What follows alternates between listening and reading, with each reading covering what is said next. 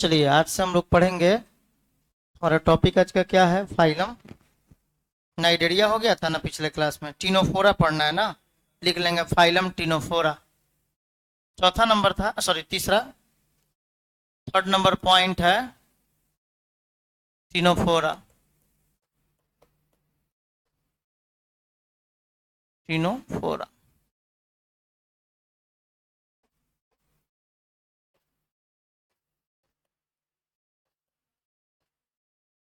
Ctenophora क्या है जी? ये फाइलम है,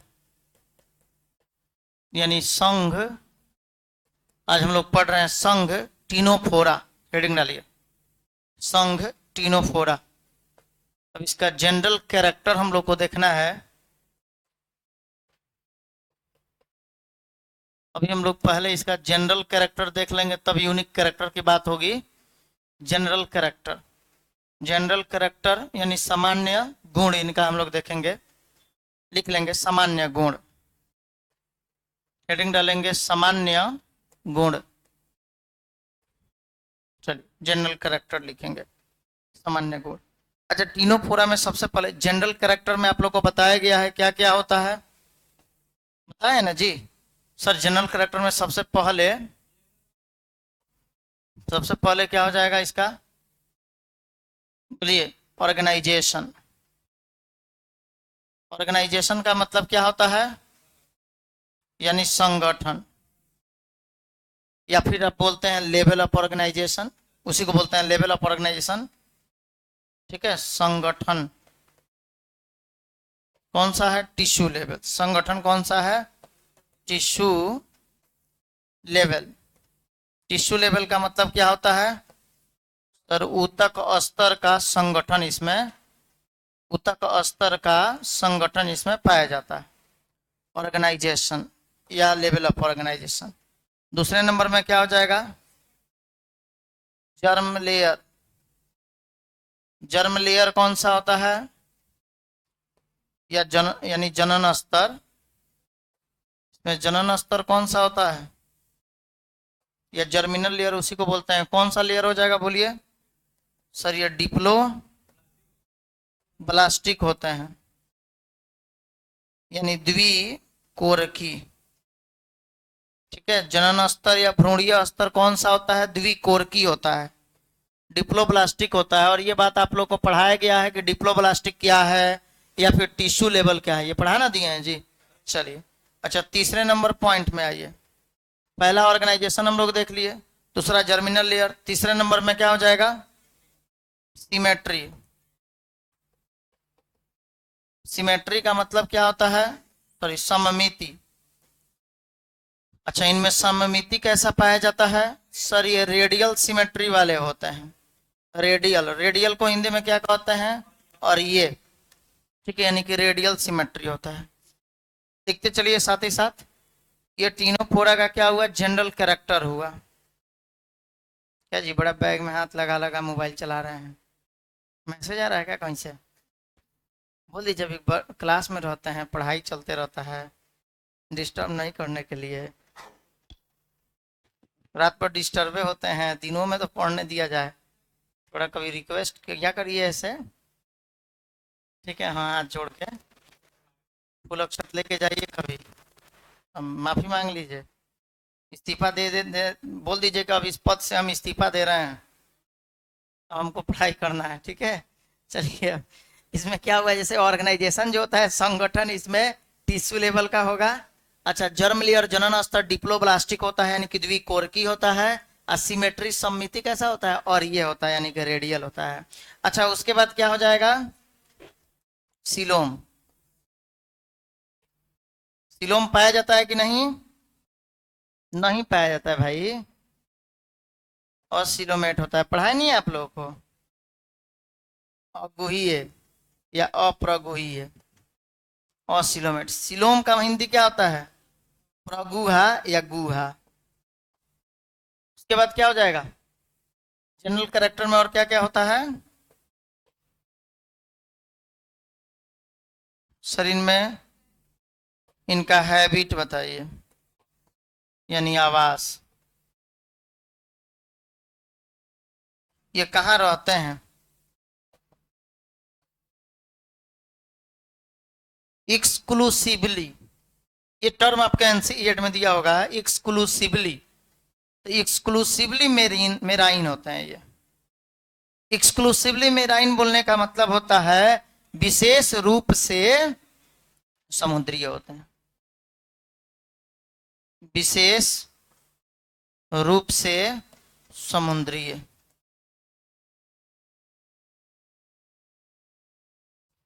अच्छा, हैबिटेट केवल रह गया था।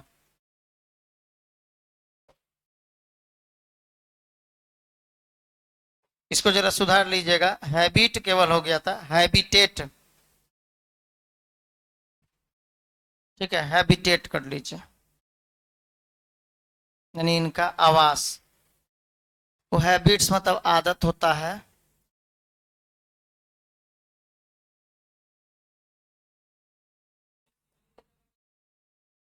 बिल्कुल। हैबिट इनका कहाँ होता है? हैबिट कैसा होता है? हैबिट मतलब होता है आदत। देखिएगा, सॉलिटरी दिया होगा, दिया है क्या? सॉलिटरी के बारे में दिया है?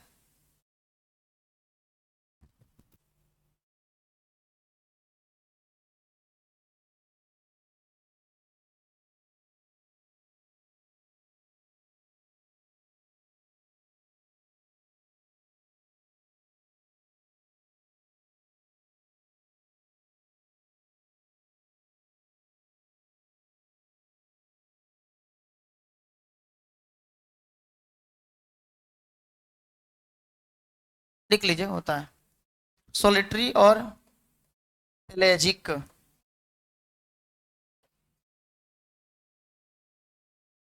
ठीक है, सोलिटरी और पेलेजिक होते हैं।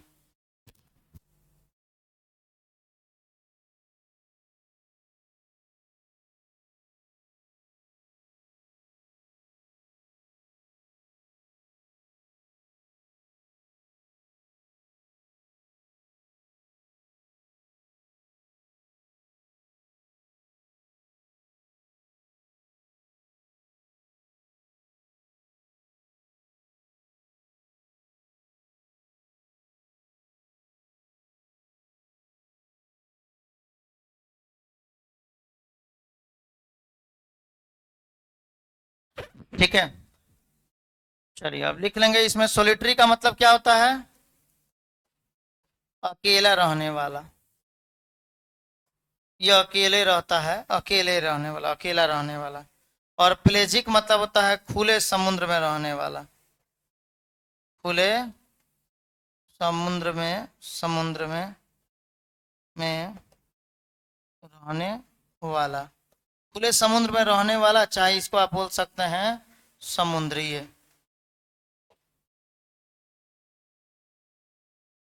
खुले समुद्र में रहने वाला है, समझ में?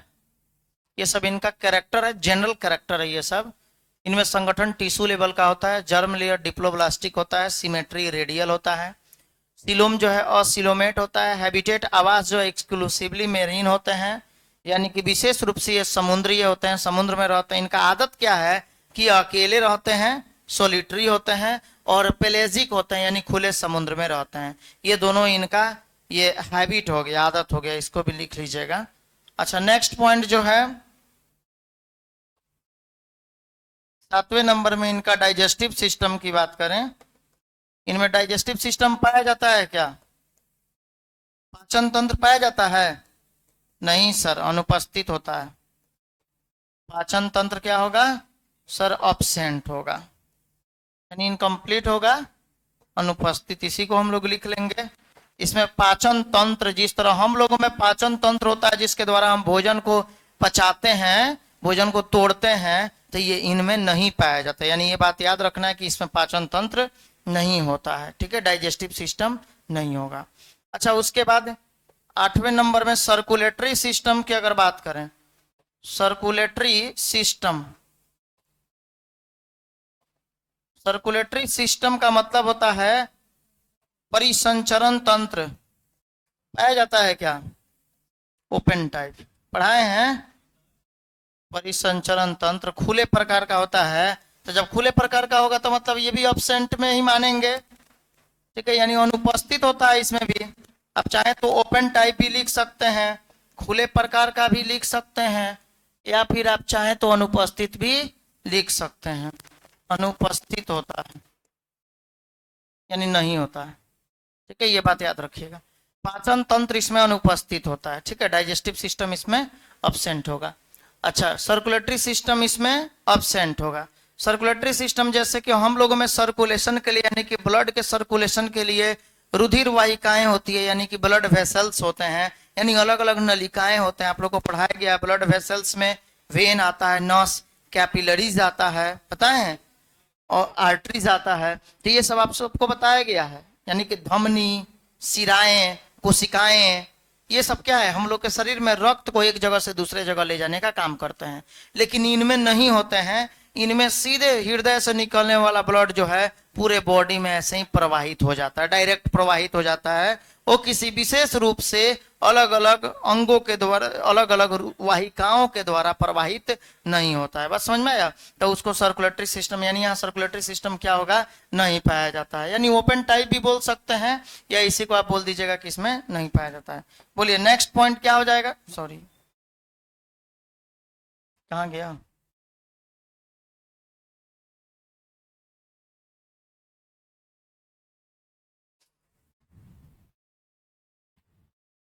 लिख लिए थे सब लोग? चलिए अब नेक्स्ट पॉइंट पे आइए। सर्कुलेटरी सिस्टम तो इसका हो गया। अब क्या है इसमें, डाइजेशन हो गया, सर्कुलेटरी सिस्टम हो गया, रिस्पायरेटरी सिस्टम भी लिख लीजिए। पाया जाता है क्या,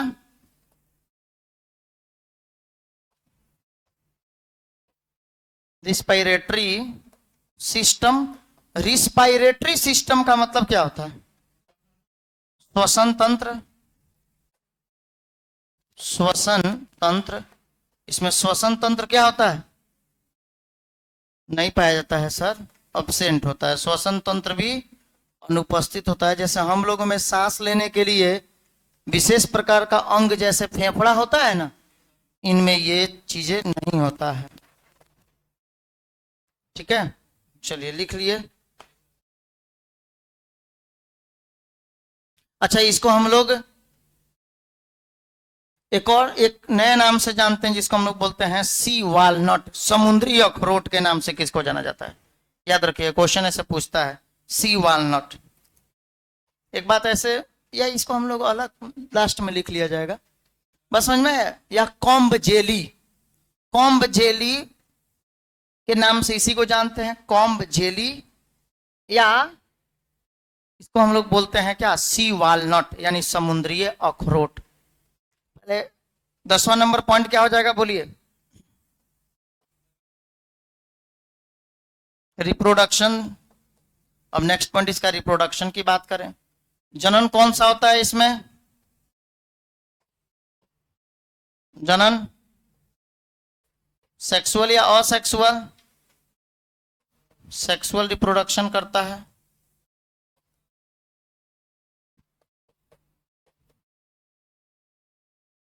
इनडायरेक्ट डेवलपमेंट होता है,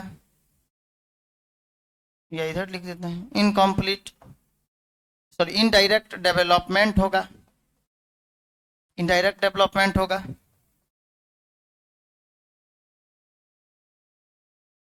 और एक्सटर्नल फर्टिलाइजेशन करता है, यानी बाह्य निषेचन, ठीक है। ये बातें रिप्रोडक्शन में इसके लिख लेंगे। अच्छा, डाइजेशन में हम लोग ये बात नहीं लिखे हैं, इंट्रा सेलुलर करेगा कि एक्स्ट्रा सेलुलर करेगा, या दोनों करेगा, बताएं ना आप लोग को, अंतः कोशिकीय या बाह्य कोशिकीय। तो खैर उसको अलग लिखवा देते हैं। डाइजेशन जो है इसमें डाइजेस्टिव सिस्टम अनुपस्थित होता है, लेकिन डाइजेशन किसके द्वारा होता है, intra cellular and extra cellular.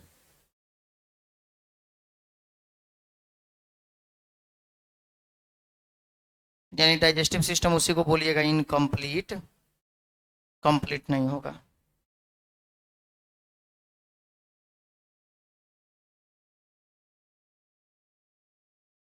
हो गया। इसका हिंदी बोला जाए जनन वाले पोर्शन का।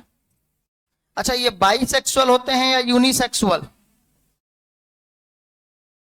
बाइसेक्सुअल, याद रखिएगा ये क्या होता है, बाइसेक्सुअल। बाइसेक्सुअल को एक दूसरे शब्दों में बताए थे, क्या बोलते हैं सर? हर्माफ्रोडाइट।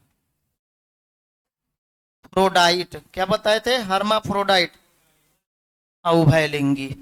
चलिए अब इसका हिंदी लिख लीजिए, जनन, सेक्सुअल रिप्रोडक्शन। केवल कौन सा जनन करेगा? केवल लैंगिक जनन करता है, केवल लैंगिक जनन करता है। डेवलपमेंट कौन सा होगा? एक बताए थे ना, डायरेक्ट डेवलपमेंट, पूर्ण विकास, और ये क्या हो जाएगा? अपूर्ण विकास। और ये अपूर्ण विकास क्या है, ये सब पिछले क्लास में पढ़ाया गया है। एक्सटर्नल फर्टिलाइजेशन मतलब क्या होता है? बाह्य निषेचन, यानी इसमें बाह्य निषेचन होता है। इसमें क्या होता है जी? बाह्य निषेचन होता है। बस इसको नोट कर लीजिए।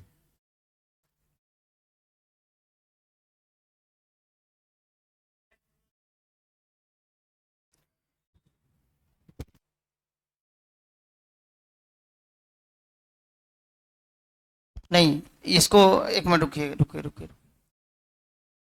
इसको सुधार लीजिएगा। ये जो अपूर्ण विकास आप लोग लिखे हैं, उतारे नहीं ना अभी?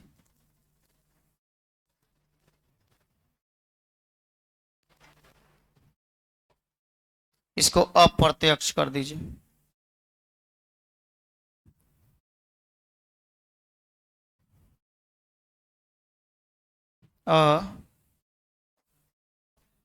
अप्रत्यक्ष, अप्रत्यक्ष विकास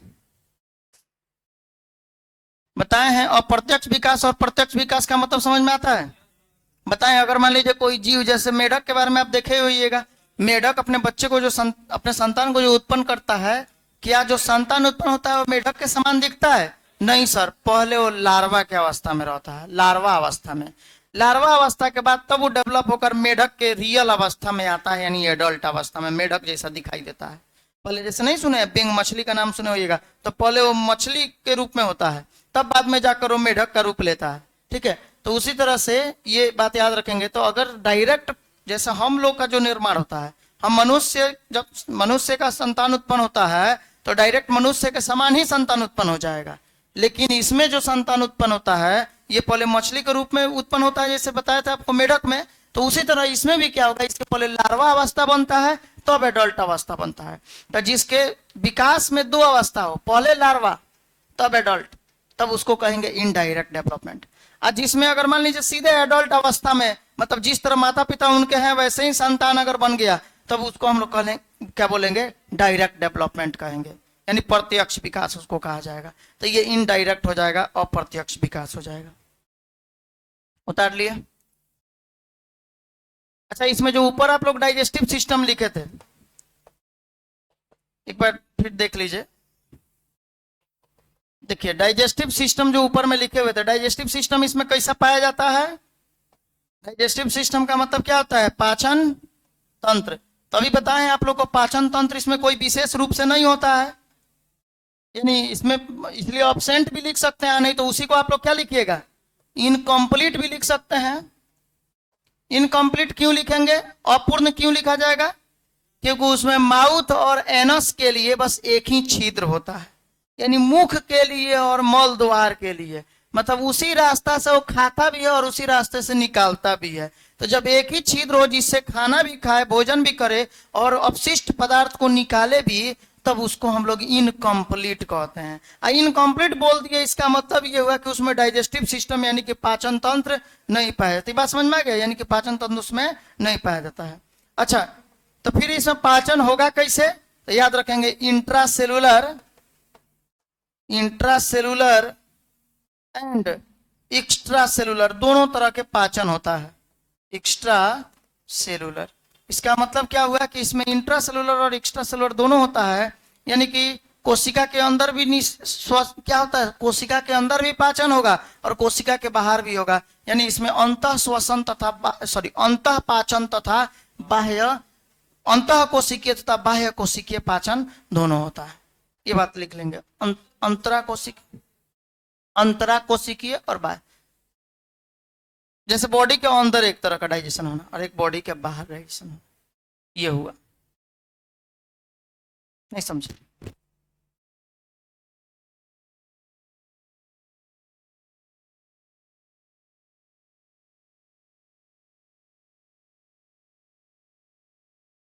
अरे डाइजेशन होगा आपके बॉडी में ही, लेकिन एक सेल के अंदर है एक सेल के बाहर, इस तरह से, तब उसको हम लोग बोलते हैं अंतरा कोशिकीय तथा बाह्य कोशिकीय।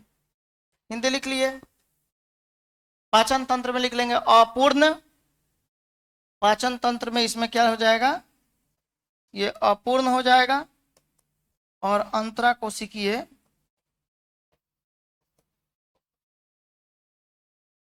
अंतरा कोशिकीय या कोशिकीय, अंतरा कोशिकीय और बाह्य कोशिकीय, अंतरा कोशिकीय और बाह्य कोशिकीय। हो गया।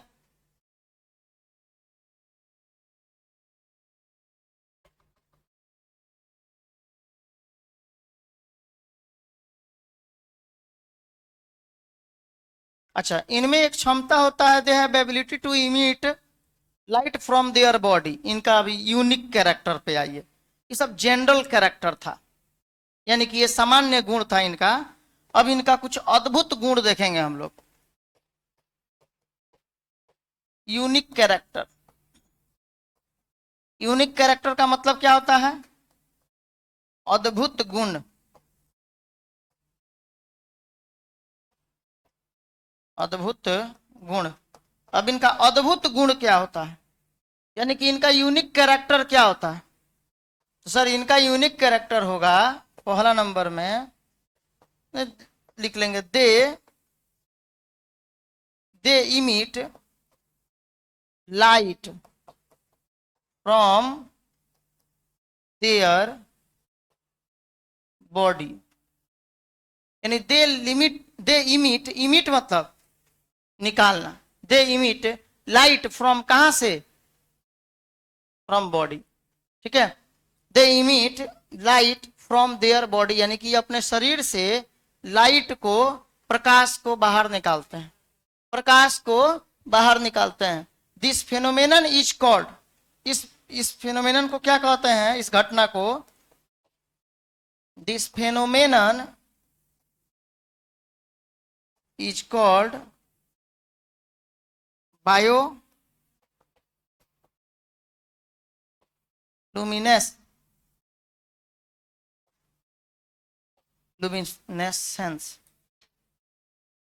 हो गया।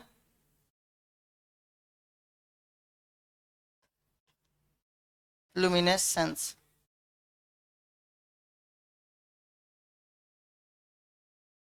यानी इसका मतलब क्या हुआ कि अपने शरीर से क्या निकालते हैं, प्रकाश को निकालते हैं। हिंदी बोला जाए, यूनिक कैरेक्टर यानी कि इनका अद्भुत गुण में लिख लेंगे। हिंदी लिखिए, ये उतार लीजिए पहले, हाँ लास्ट वाला कहीं लिखना है।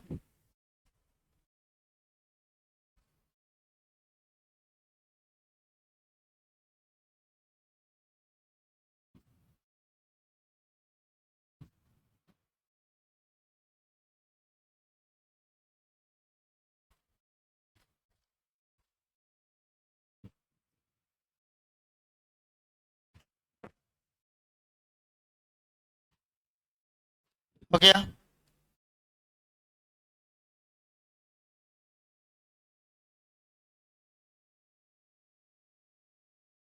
अच्छा, इसमें हम लोग जो पाचन वाला का, डाइजेस्टिव सिस्टम का जो लिखे हैं ना, हिंदी ये गड़बड़ हो गया है। ये अंतः कोशिक होता है, अंतरा हो गया इसका, इंट्रा का। अंतः कोशिक, अंतः कोशिक चाहे कोशिकीय और बाह्य कोशिकीय। बाह्य कोशिकीय को ही हम लोग कहते हैं, इसको बोलते हैं अंतरा, इसको अंतरा बोलते हैं, अंतरा कोशिक। समझे? ये थोड़ा सुधार लीजिए, तो गड़बड़ हो गया था, इसको सुधार लेना है। इंट्रा सेलुलर मतलब होता है अंतः कोशिकीय, और एक्स्ट्रा सेलुलर मतलब हुआ बाह्य कोशिकीय, यानी उसको दूसरे शब्दों में बोलते हैं अंतरा कोशिकीय। अंतरा कोशिकीय, चाहे अंतरा कोशिक, अंतः कोशिक और अंतरा कोशिक, या अंतः कोशिकीय या अंतरा कोशिकीय, याद रखेंगे। इसका हिंदी थोड़ा सुधार लीजिएगा। चलिए, आप लोग पहले से पढ़े हुए बायोलुमिनेसेंस का मतलब क्या होता है? जो प्रकाश को उत्सर्जित करता है, फिजिक्स में पढ़े होइएगा, पढ़े ना, जो प्रकाश को उत्सर्जित करता है उसको हम लोग बोलते हैं प्राणी संदीप्ति। हिंदी लिखेंगे इसका, देखिए ये इनका अद्भुत गुण क्या है, तो इसमें हिंदी में लिखेंगे, ये अपने शरीर के द्वारा, ये अपने शरीर के द्वारा, चाहिए अपने शरीर से प्रकाश को उत्सर्जित करते हैं। ये अपने शरीर से प्रकाश को, ये अपने शरीर से प्रकाश को उत्सर्जित करते हैं। ये अपने शरीर से, ये अपने शरीर से प्रकाश को उत्सर्जित करते हैं। इस घटना को, फेनोमेनन को हिंदी में बोलते हैं घटना। इस घटना को प्राणी संदीप्ति या जीव संदीप्ति कहा जाता है। इस घटना को प्राणी संदीप्ति लिख लीजिए, चाहे जीव संदीप्ति लिख लीजिए। इस घटना को प्राणी संदीप्ति कहा जाता है। हो गया? इस घटना को प्राणी संदीप्ति, इस घटना को प्राणी संदीप्ति कहा जाता है। हो गया? इस घटना को प्राणी संदीप्ति कहा जाता है। हो गया? चलिए नेक्स्ट पॉइंट लिखेंगे,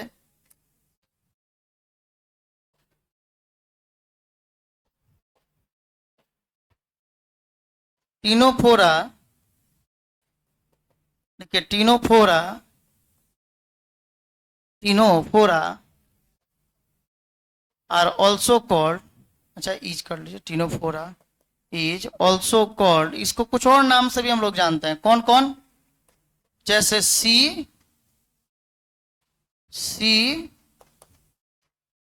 वालनट, क्या बोलेंगे? सी वालनट,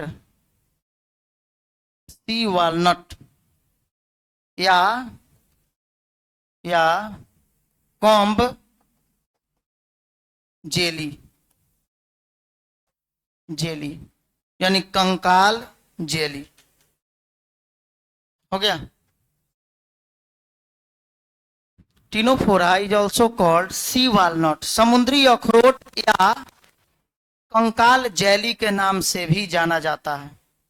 टीनोफोरा को किन किन नामों से जानते हैं सर? टीनोफोरा को हम लोग सी वालनट यानी समुद्री अखरोट, वालनट मतलब अखरोट होता है, तो समुद्री अखरोट के नाम से जाना जाता है। अब क्यों इसको समुद्री अखरोट के नाम से जानते हैं, तो हम लोग इसका एक फिगर देखा जाएगा, देखेंगे। हिंदी इसका लिखे, टीनोफोरा को समुद्री अखरोट के नाम से भी जाना जाता है। टीनोफोरा को समुद्री अखरोट या टीनोफोरा को समुद्री अखरोट या टीनोफोरा को समुद्री अखरोट या कंकाल जेली, कंकाल जेली, कंकाल जेली के नाम से भी जाना जाता है। कंकाल जेली के नाम से भी जाना जाता है। हो गया? कंकाल जेली,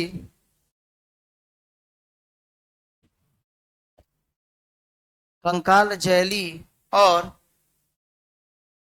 कंकाल जेली, सॉरी क्या लिखा है, समुद्री अखरोट या कंकाल जेली के नाम से भी जाना जाता है। हो गया? चलिए देखिएगा इसका, ये जो फिगर आप देख रहे हैं यहाँ स्क्रीन पे, ये समुद्री अखरोट इसको इसलिए बोला जाता है क्योंकि इसका संरचना ही अखरोट के समान होता है, और ये समुद्र में पाया जाता है, इसलिए इसको समुद्री अखरोट कहा जाता है। इससे ये मत सोचेंगे कि हाँ इसको खाया जाता होगा इसलिए समुद्री अखरोट है।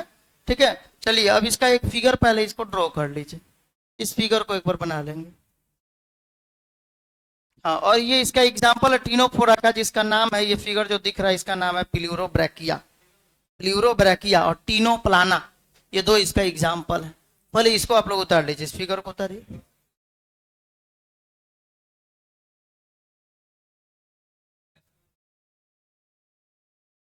बता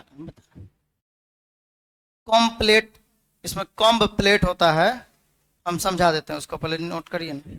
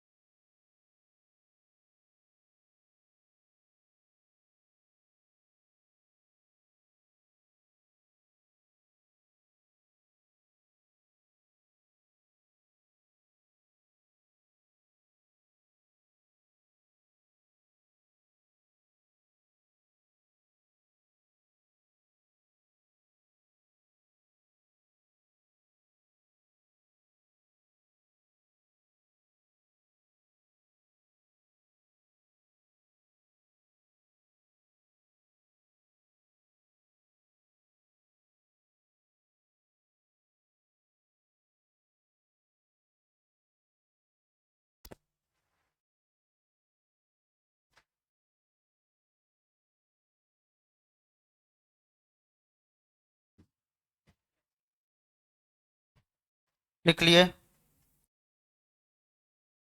नेक्स्ट इनका गुण क्या है, इनके शरीर में लिख लेंगे, the body has 8 external row of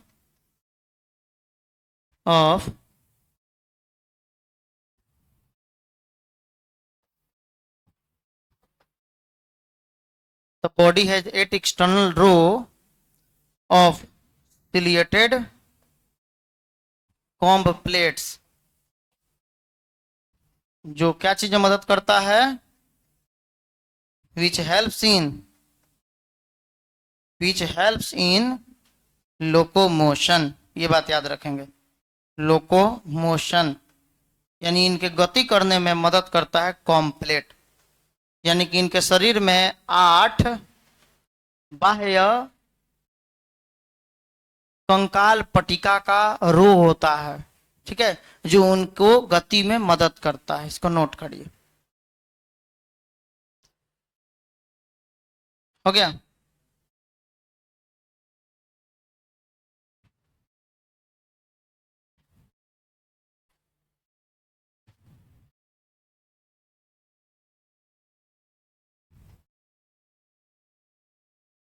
यानी कि ये लोकोमोशन किसके मदद से करते हैं? अगर पूछा जाए कि इनमें गति किसके द्वारा होगा तो क्या बोलिएगा? कॉम्प्लेट के द्वारा। कॉम्प्लेट।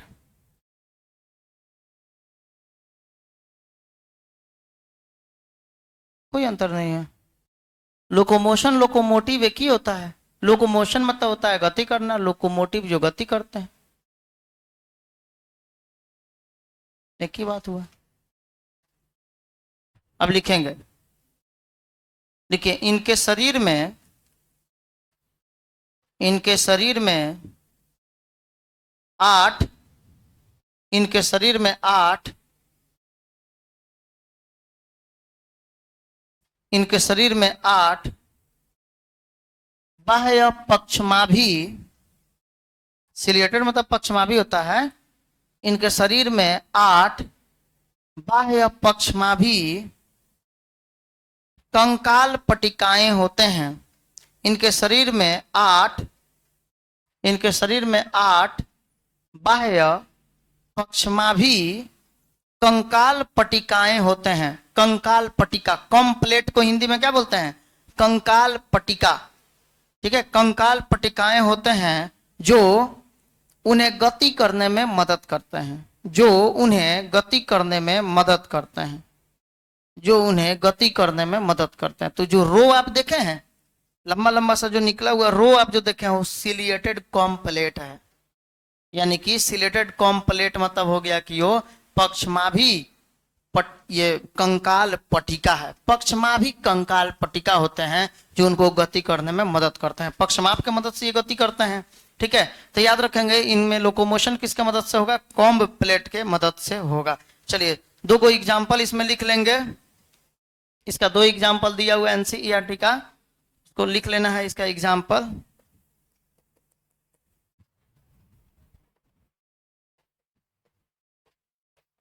उदाहरण क्या क्या हो जाएगा इसका एग्जाम्पल जी?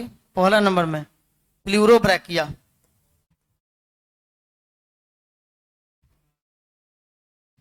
और ट्यूनो प्लाना, टीनो प्लाना। बस यही 2 एग्जाम्पल है।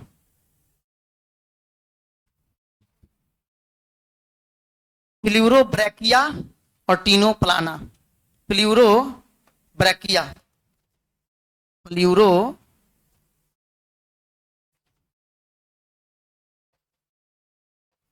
ब्रेकिया, ब्रेकिया,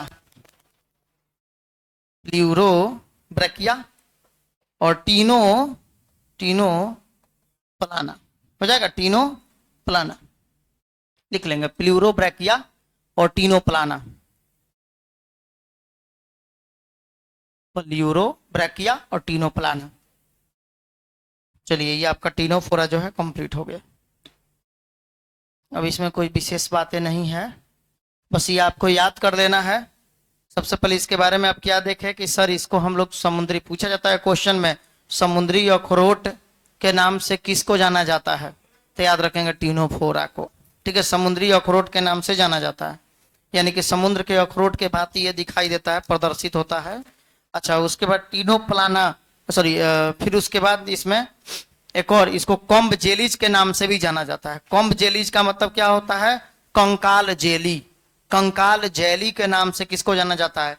तो टीनोफोरा को। हो जाएगा। अच्छा, ये गति किसके द्वारा करते हैं? कॉम्प्लेट के द्वारा। कॉम्प्लेट इसमें 8 गो, इसमें क्या होता है? 8 सिलिएटेड यानी कि पक्षमाभी कंकाल, बाह्य कंकाल पट्टिका होती है, और उसी के द्वारा ये लोग गति करते हैं। तो लोकोमोशन किसके द्वारा होगा? कॉम्प्लेट के द्वारा, याद रखिएगा। हो जाएगा। इसमें रिप्रोडक्शन कौन कौन सा होता है? सिर्फ सेक्सुअल रिप्रोडक्शन। डेवलपमेंट कौन सा होता है? इनडायरेक्ट। अच्छा, उसके बाद फर्टिलाइजेशन कौन सा होता है? External fertilisation. फिर उसके बाद इसमें डेवलपमेंट कौन सा होता है? अच्छा, डेवलपमेंट तो बता दिए, इनडायरेक्ट। हम बाकी तो इसमें कोई पॉइंट नहीं बच रहा है। ये एक्सक्लूसिवली मेराइन होते हैं, यानी कि समुद्र में ही रहते हैं, विशेष रूप से समुद्र में रहते हैं। ठीक है। अच्छा, हाँ ये सब हो गया है, चलिए रहने दीजिए। तो इसको यहां तक कंप्लीट कर लीजिएगा, और नेक्स्ट क्लास में हम लोग इसको आगे पढ़ा जाएगा। कल के टॉपिक में प्लेटीहेलमिन्थस के बारे में पढ़ा जाएगा। नेक्स्ट हम लोग का टॉपिक रहेगा प्लेटीहेलमिन्थस। ठीक है, चलिए। हाँ, वीडियो अच्छा लगा हो तो चैनल को सब्सक्राइब भी कर लेंगे और वीडियो को लाइक भी करेंगे।